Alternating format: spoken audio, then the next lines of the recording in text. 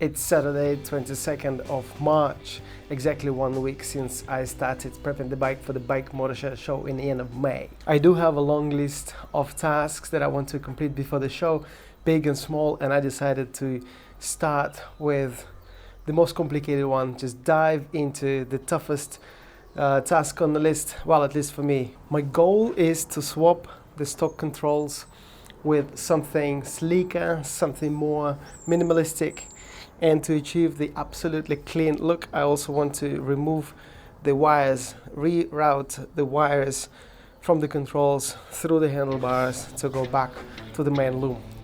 And the plan for today is simple. I'll take the bars off the bike so I can work on them on the bench. I'll remove all the controls. I'll take off the indicators, the headlight, so I hope I can assemble all together on the bench to test the function before it comes back on the bike.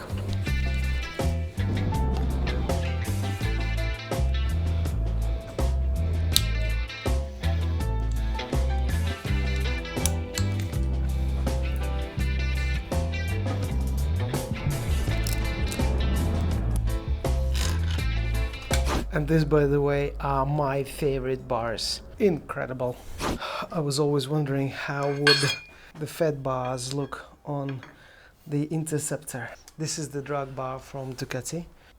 They obviously wouldn't fit because this is 28mm and that's 22mm.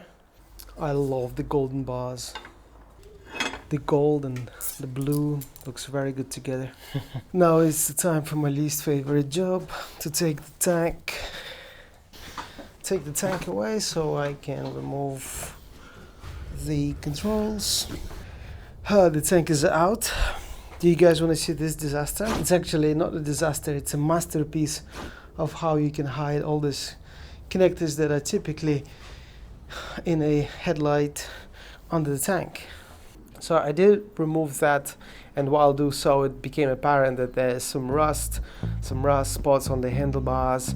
So the first task for me was to get rid of it, and I started my first attempt, failed pathetically as I started to work on removing the rust using my laps as the workbench, and it was very inefficient. It proved that I'm not going anywhere. There are a few dots here, and it's difficult to get rid of them. That's where the handlebar was facing the oncoming dirt and rain and salt. I'll see if I can take this off with the sandpaper. So I got this. It's a selection of sanding paper, different grit. Let's try with something medium first. See how it goes. Probably too fine. It would be actually much easier to do this on the bike.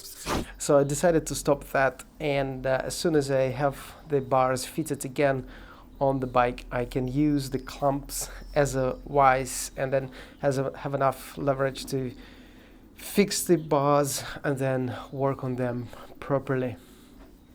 I also spent some time looking for the new controls online.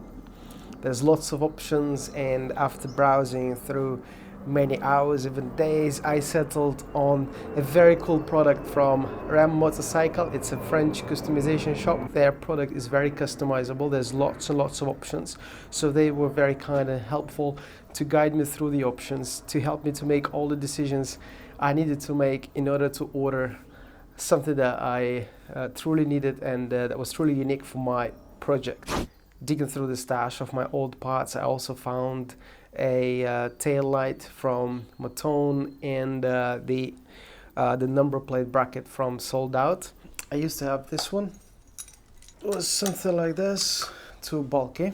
So this all goes away, and I have this bracket instead. This one is from Sold Out. I don't think I'll fit it now, but just wanted to check if that is the way I want to go. I also still have my Matone tail light. So yeah, that is the plan for the tail. This week's progress was mostly preparing for the job, planning ahead, thinking of what I need to buy to complete the project, and obviously I started to dismantle the bike and took some parts off. Next week's focus would be on designing the wiring for the new controls. And these guys, Rem Motorcycle, they provide with a very simple plug-and-play option for Royal Enfields, especially for the Interceptors. So they do come with a plug-and-play option, so there's minimum effort required. However, I want to do something slightly different. I want to replace the normal indicator toggle switch with push buttons, and they are reset buttons.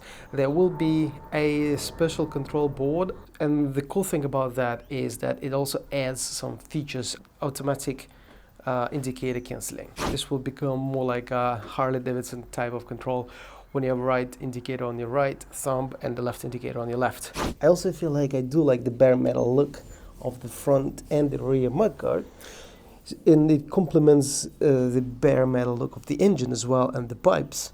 So I was thinking, should I, instead of painting them, should I leave them bare metal but maybe use a clear coat? If any of you guys have any experience with doing that, if it worked or if it didn't, please do let me know. It will probably save me a lot of time. I also need to decide on the length of the rear mudguard. And the way I am going to do it is I will need to drill new holes, but I can push